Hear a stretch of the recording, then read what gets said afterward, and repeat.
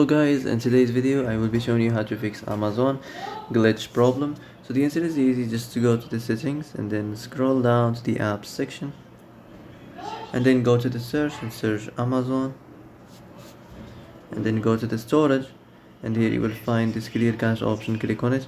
Now you can go check it if it worked, and if it didn't you can try to restart your phone or turn the Wi-Fi off and on, or the Bluetooth or the airplane mode.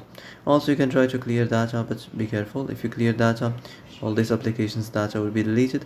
This includes all files, the settings, the accounts, the databases, etc. So be careful if you want to clear your data.